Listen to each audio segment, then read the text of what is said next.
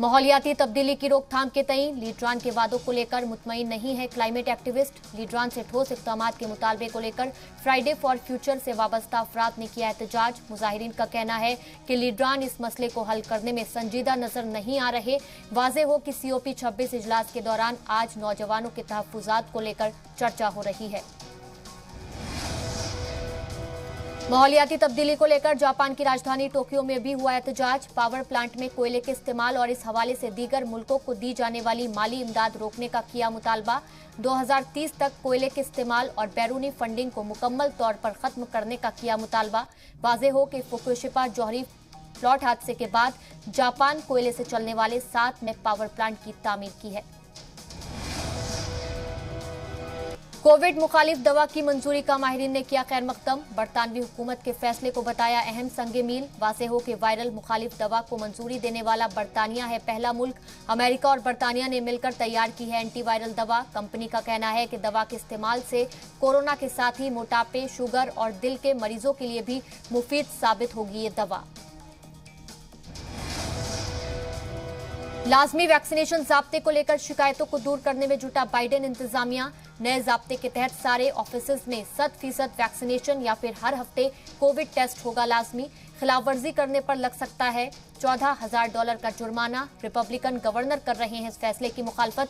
उनका कहना है कि सदर बाइडेन अपने दायरे इख्तियार से तहफ़्फ़ुज़ कर रहे हैं। आपको बता दें कि अमेरिका की 19 लाख प्राइवेट कंपनियों में 8.25 करोड़ से ज्यादा मुलाजिम करते हैं काम।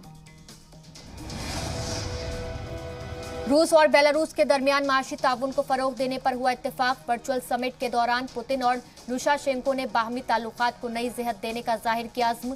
रूसी मीडिया के मुताबिक तवानाई और दिफाई उमूर को लेकर कई मुआहदों पर दोनों लीडरान ने किया दस्तखत। वाज़ेह हो कि लुकाशेंको के खिलाफ चली अवामी तहरीक के दौरान पुतिन ने बेलारूसी सदर की खुलकर की थी हिमायत। जनूबी अफ्रीका के बल्दिया इंतखाबात में अफ्रीकन नेशनल कांग्रेस को अपोजिशन जमातों से मिली सख्त टक्कर। ANC को मिले कुल 46% वोट। 1994 में इख्तिदार में आने के बाद पहली दफा ANC को किसी भी इंतखाब में मिले इतने कम वोट। इलेक्शन कमीशन के मुताबिक डेमोक्रेटिक अलायंस को 22 जबकि इकोनॉमिक फ्रीडम फाइटर को मिले 10% वोट। हालिया नताइज के पेश नजर सियासी तज्जियेकार मुस्तकबिल करीब में दूसरी जमातों के इख्तिदार में आने की कर रहे हैं पेशन गोई। तालिबान के इख्तिदार में आने के बाद खेल सरगर्मियां भी हुई मुतासिर। ट्रेनिंग के लिए जिम और ग्राउंड आने वाली खातून एथलीट्स की तादाद में आई भारी कमी। इंटरनेशनल लाइक्वर्ड खिलाड़ी यास्मीन अजीजी के मुताबिक प्रैक्टिस के लिए अब सिर्फ 6 से 7 लड़कियां ही आती हैं जिम। तालिबान के आने से कबल खिलाड़ियों से भरे रहते थे इंडोर हॉल।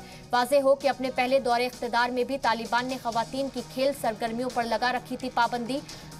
हालात तब्दील न होने की सूरत में यास्मीन अजीज ने मुल्क छोड़ने का दिया इशारा।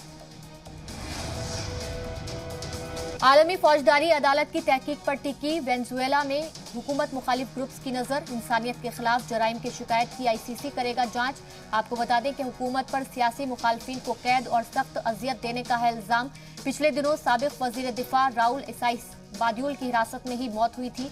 हुकूमत का कहना है कि कोरोना के सबब हुई थी बाद्युल की मौत। जनूबी अमेरिका में ड्रग माफियाओं के दरमियान गैंग वॉर का फिर बड़ा खतरा। मैक्सिको के सयाती मकाम कानकन में फायरिंग में 2 मंशियात फरोश हलाक।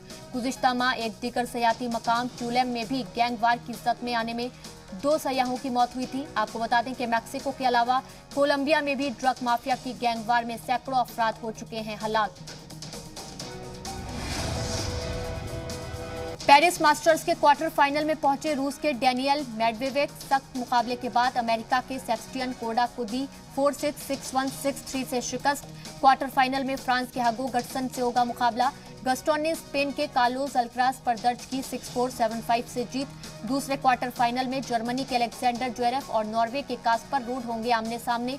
रूड ने अमेरिका के मार्कोस किरोन को 6-2, 6-1 से जबकि ज्वेरेव ने बुल्गारिया के दमित्री ग्रिगोर को दी 7-6, 6-7, 6-3 से शिकस्त।